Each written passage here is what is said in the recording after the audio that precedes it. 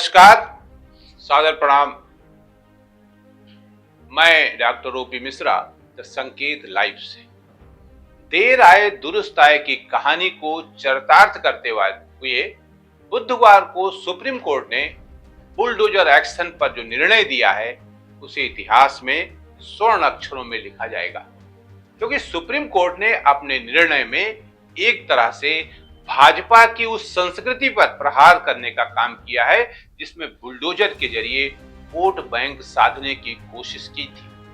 वैसे ये अलग बात है कि बुलडोजर संस्कृति के जनक उत्तर प्रदेश के मुख्यमंत्री योगी आदित्यनाथ ये कहते रहे हैं कि बुलडोजर चलाने के लिए दिल, दिमाग और काबिलियत चाहिए। ये बात उन्होंने टाइम्स ऑफ इंडिया यानी कि इंडिया टुडे मैगजीन के एक प्रोग्राम में कही थी। अपना रंग और रोगन बदल करके फिर नए रूप में आपके सामने प्रदेश की जनता को गुमराह करने के लिए फिर से आना चाहते हैं। बुलडोजर पे हर एक व्यक्ति के हाथ नहीं फिट हो सकते। इसके लिए दिल और दिमाग दोनों चाहिए। दिल और दिमाग दोनों चाहिए। बुलडोजर जैसी क्षमता और दृढ़ प्रतिज्ञा जिसमें हो वही बुलडोजर चला सकता है। दंगाइयों के सामने नाक रगड़ने वाले लोग बुलडोजर के सामने वैसे पस्त हो जाएंगे। मैं तो इससे आगे और ये कहूंगा कि दिल और दिमाग के साथ ही साथ दृढ़ इच्छा शक्ति भी चाहिए, और इस तरह का एक्शन लेते समय इस बात का अंदाजा भी चाहिए कि क्या इस तरह की कारगुजारियों से वोट बैंक एकजुट हो रहा है। उत्तर प्रदेश में बुलडोजर का चलन 2017 में शुरू हुआ था, जब योगी आदित्यनाथ मुख्यमंत्री बने थे। शुरू में बुलडोजर का इस्तेमाल जब गुंडे, मवालियों, भूमाफियाओं तथा संगठित रूप से अपराध करने वाले लोगों के खिलाफ हुआ तो प्रदेश का प्रत्येक नागरिक, चाहे वो हिंदू हो या मुसलमान हो, खुश हुआ। लेकिन जब यही बुलडोजर अल्पसंख्यकों का घर गिराने का काम आने लगा और ये बताने लगा कि ये भवन सरकारी भूमि पर अतिक्रमण करके बना है, तब भाजपा समर्थकों तथा भक्तों को और ज्यादा आनंद आने लगा। इस बहाने सरकारी अधिकारियों ने अपने राजनीतिक आकाओं को खुश करने के लिए वो सब कुछ किया जिसकी इजाजत न तो उन्हें कानून देता है और न ही संविधान। यही कारण रहा कि माननीय उच्च न्यायालय को कहना पड़ा कि अफसर जज नहीं बन सकते, और अगर उन्होंने ऐसा किया तो न केवल उनके खिलाफ कार्रवाई होगी बल्कि रिकवरी भी होगी। तोड़ा गया मकान अपने पैसों से बनवाना होगा। सुप्रीम कोर्ट की टिप्पणी ने अधिकारियों की आंखों की नींद उड़ा दी, क्योंकि अदालत के संज्ञान में यह आ चुका था कि बुलडोजर एक्शन अधिकतर कमजोर तथा गरीब लोगों के अलावा खास तौर से अल्पसंख्यकों के खिलाफ हो रहा है। वैसे जब यह हवा तेज चलने लगी कि बुलडोजर एक्शन केवल मुसलमानों के खिलाफ ही हो रहा है, तो कुछ मकान गरीब तथा कमजोर हिंदुओं के भी गिराए गए, ताकि सरकार पर एक तरफा निर्णय लेने का आरोप न लगे। लेकिन ऐसा करते समय या इस तरह का निर्णय लेते समय सिर्फ और सिर्फ गरीब तथा कमजोर हिंदुओं को ही टारगेट किया गया। लखीमपुर खीरी में किसानों को कुचल देने वाले आशीष मिश्रा, जो पूर्व केंद्रीय मंत्री अजय मिश्रा टेनी के पुत्र हैं, उनके खिलाफ बुलडोजर का इस्तेमाल नहीं हुआ। हाथरस के आरोपियों पर बुलडोजर नहीं चला। भाजपा नेता स्वामी चिन्मयानंद तथा कुलदीप सिंह सेंगर के खिलाफ बुलडोजर का इस्तेमाल नहीं हुआ। वाराणसी में बीएचयू की छात्रा के 3 के साथ उनके ऊपर जो आरोप थे, तीनों आरोपियों जिसमें 2 को जमानत मिल गई है, के खिलाफ बुलडोजर नहीं चला। पूर्व सांसद ब्रजभूषण शरण सिंह के खिलाफ भी बुलडोजर कार्रवाई नहीं हुई।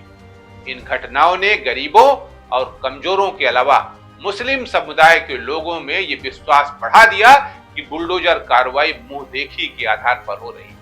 इस बीच मेन स्ट्रीम मीडिया ने बुलडोजर के पक्ष में उसके एक्शन लेने के तरीके तथा मुख्यमंत्री योगी आदित्यनाथ की दृढ़ इच्छा शक्ति की भी प्रशंसा तथा गुणगान करना शुरू कर दिया, और लोगों को यह बताने में वो कामयाब हो गए कि एक्शन एक धर्म विशेष के लिए है, हिंदुओं के लिए नहीं, बल्कि वो हर हिंदू बुलडोजर के आतंक से सुरक्षित है जो सत्ता प्रतिष्ठान या भाजपा के साथ।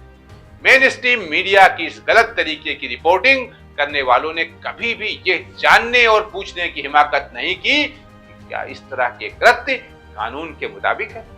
क्या किसी भी आरोपी का वो मकान जिसमें पूरा परिवार पिछले 25-30 वर्षों से रह रहा है, अचानक से 24 घंटे पहले नोटिस देकर गिराया जा सकता है? आखिर अधिकारियों को तब तक अतिक्रमण क्यों नहीं दिखा जब तक वो किसी मामले में आरोपी नहीं बने? मतलब बिल्कुल साफ था कि अधिकारी और गोदी मीडिया अपने राजनीतिक आकाओं को खुश करने के लिए वो सब कुछ करने को तैयार थे जिसकी अपेक्षा उनसे नहीं की जा सकती। आज जिस तेजी से आम आदमी सोशल मीडिया को ज्यादा विश्वसनीय मान रहा है, वो मेन स्ट्रीम मीडिया के लिए एक सबक है और एक संदेश भी है, लेकिन शायद ये सबक लेने को वो तैयार नहीं, क्योंकि उनको लगता है कि सरकार का गुणगान करना ही उनकी पत्रकारिता है। हम सब जानते हैं कि अपराध शास्त्र का स्थापित सिद्धांत यही है कि जिसने अपराध किया है सजा उसी को दी जाए, लिहाजा सजा अतिक्रमणकारियों को ही मिलनी चाहिए, न कि उनके परिजनों को। जबकि बुलडोजर एक्शन वो चाहे जिस राज्य में हो, सजा उन मासूमों को भी दे रहा था जो बदकिस्मती से आरोपी के परिजन थे। वैसे अदालत में सॉलिसिटर जनरल तुषार मेहता ने कहा था कि आपराधिक केस में आरोपित होने के आधार पर संपत्ति ढहाने की कार्रवाई नहीं की जा रही और ये आधार हो भी नहीं सकता।